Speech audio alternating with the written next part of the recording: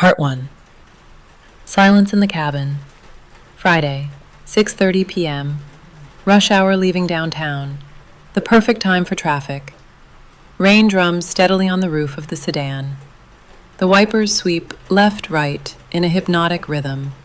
Swish, swish. Michael is behind the wheel. 38 years old, logistics manager for a major retail chain. His job is solving problems. If a truck gets stuck in Nebraska, Michael knows who to call. If someone mixed up the shipping documents at the warehouse, Michael finds the way out. In his world, there are no dead ends, only poorly planned routes. Beside him, in the passenger seat, sits Sarah, his wife, 10 years together. They're on their way to mandatory date night. It was their couples therapist's idea, Dr. Berman. "You have to carve out time just for the two of you," he said 6 months ago, $200 an hour. At least 2 hours a week. No phones, no talk about chores or schedules. And like good students, they're doing their homework. Michael keeps his eyes on the road. Ahead, an ocean of red brake lights. Normally, in a situation like this, Michael would feel the tension rising. He'd tap his fingers on the steering wheel, flip through radio stations, crack awkward jokes to fill the silence. Or they'd argue about why Sarah took so long to get ready, and now they're going to be late for their reservation. But today it's quiet. Sarah gazes out the window at the wet asphalt. Michael watches the wipers. And suddenly, he catches himself thinking something terrible. He likes this silence. He doesn't want to turn on music. He doesn't want to ask, "How was your day?" He's comfortable being quiet. This isn't the warm, intimate silence of two people in love who understand each other without words. This is the silence of two strangers sharing an elevator.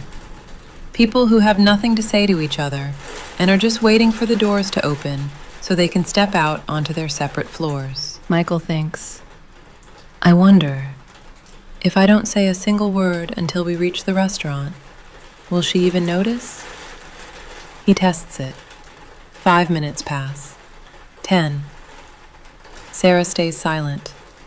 Both of them have retreated into this silence like it's a bunker. Welcome to Michael's life. From the outside, their marriage looks like a perfectly tuned machine.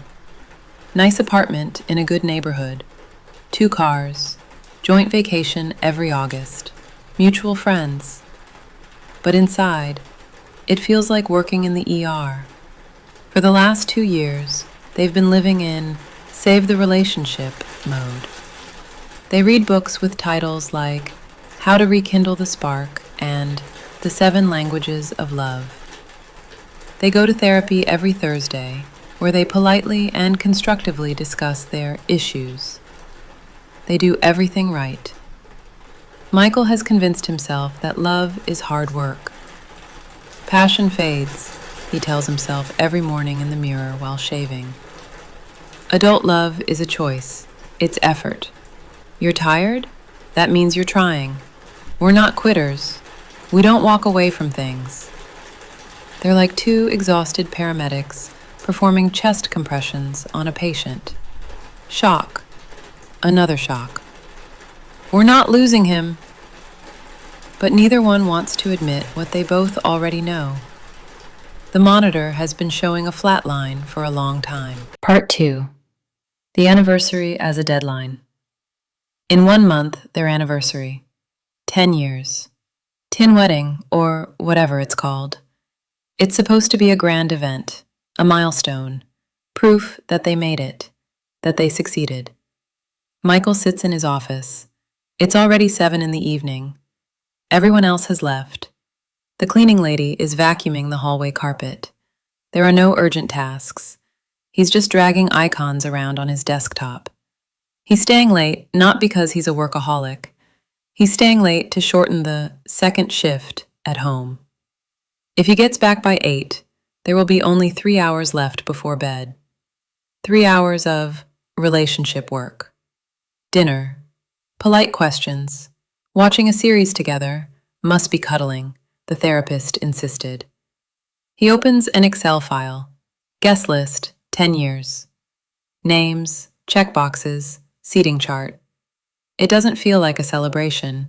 It feels like a logistics operation, transporting hazardous cargo. His phone rings. Sarah.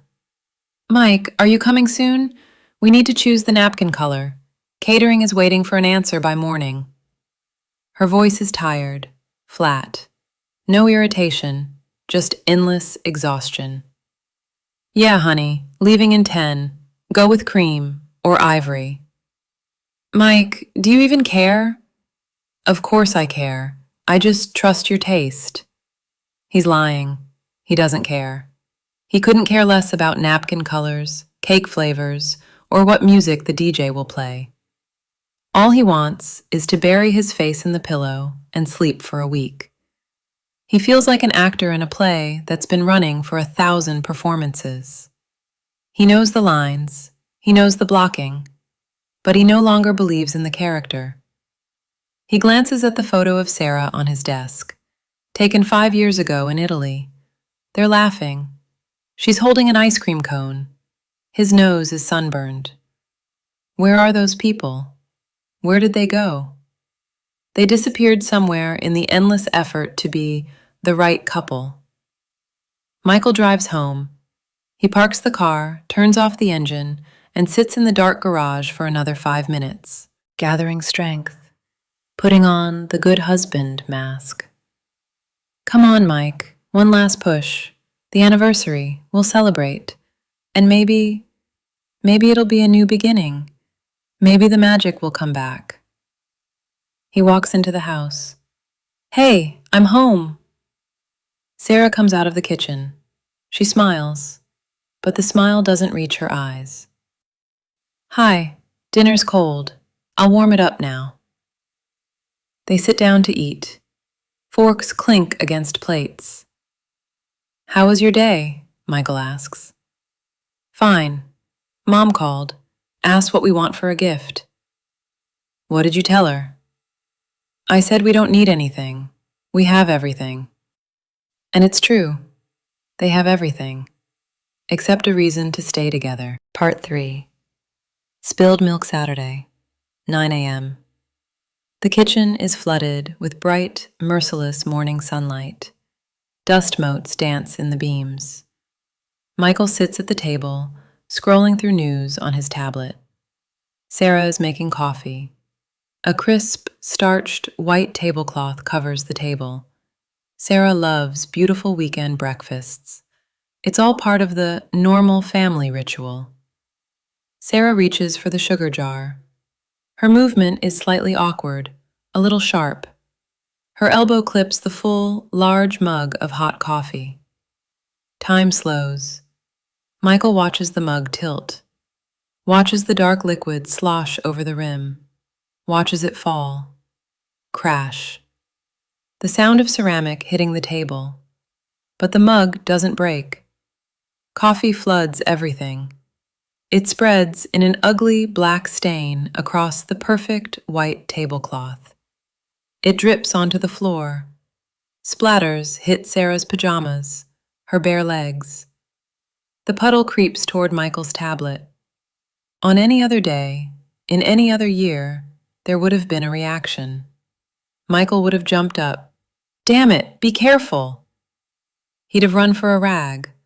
Or Sarah would have gasped, Oh God, I'm so clumsy. She'd have fussed, wiped, apologized. There would have been a burst of energy. Negative, positive, didn't matter. There would have been action, a fight against the chaos. But today, no one moves. Michael slowly lifts his eyes from the tablet. He watches the stain spread. Liquid drips from the table to the floor. Drip, drip, drip. Sarah stands with her arms hanging limp. Coffee runs down her pajama pants. It must be burning her, but she doesn't shake it off. She stares at the puddle as if it's the most fascinating thing she's ever seen. The kitchen is perfectly silent, except for the sound of the drops. Michael knows he should stand up. He should grab paper towels. He should say, "It's okay, we'll clean it up."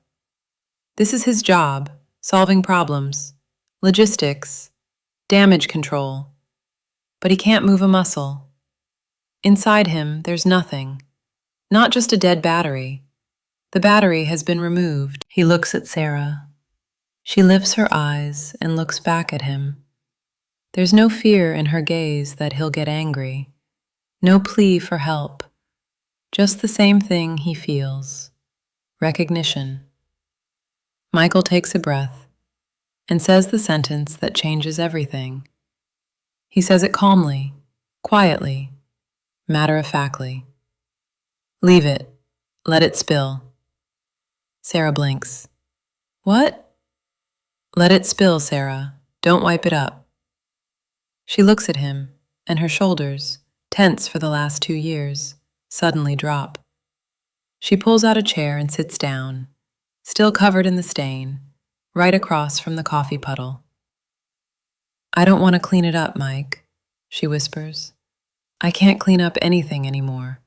I'm so tired." "I know," Michael says. "Me too." And in that moment, staring at the ruined tablecloth, they both finally understand the truth. It's not about the coffee.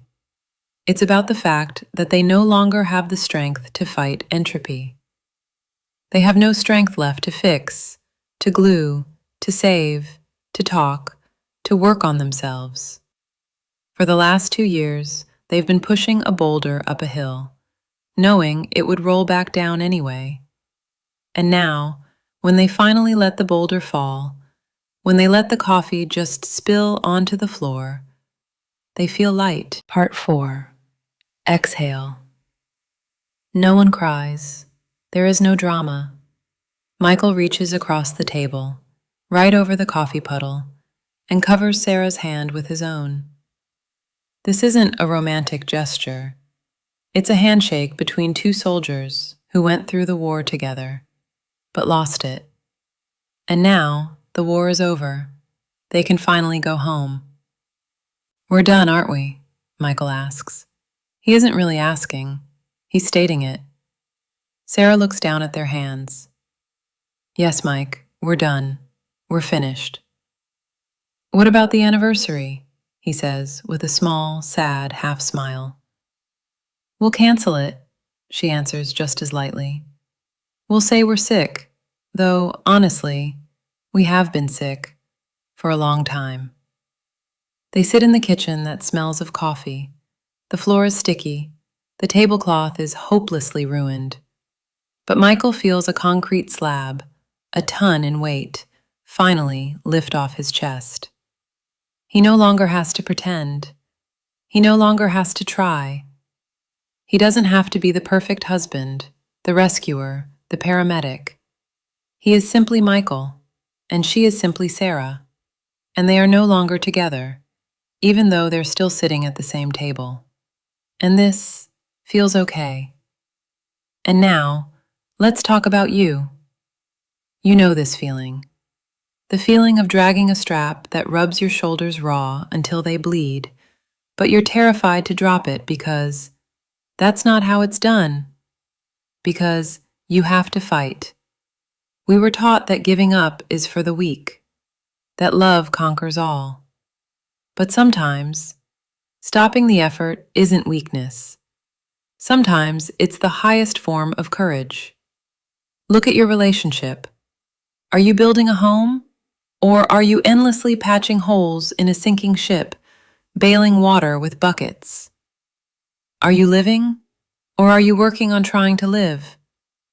There is a difference between a difficult season and a dead end. A difficult season is when you're walking through the forest, but you know where you're going. A dead end is when you're walking in circles, and with every lap you become more exhausted, more distant from each other. Look at the spilled milk in your own life. If you stare at the mess and realize you have neither the desire nor the strength to pick up the rag, maybe you don't have to. You cannot resuscitate what is already dead. You can give mouth to mouth to a corpse for years, but it won't stand up. It won't walk. You will only lose your own years. Stopping doesn't mean you failed. It means you're facing reality. It means you're showing respect for the good that once existed between you and refusing to turn it into torture. Sometimes the greatest act of love is letting each other go.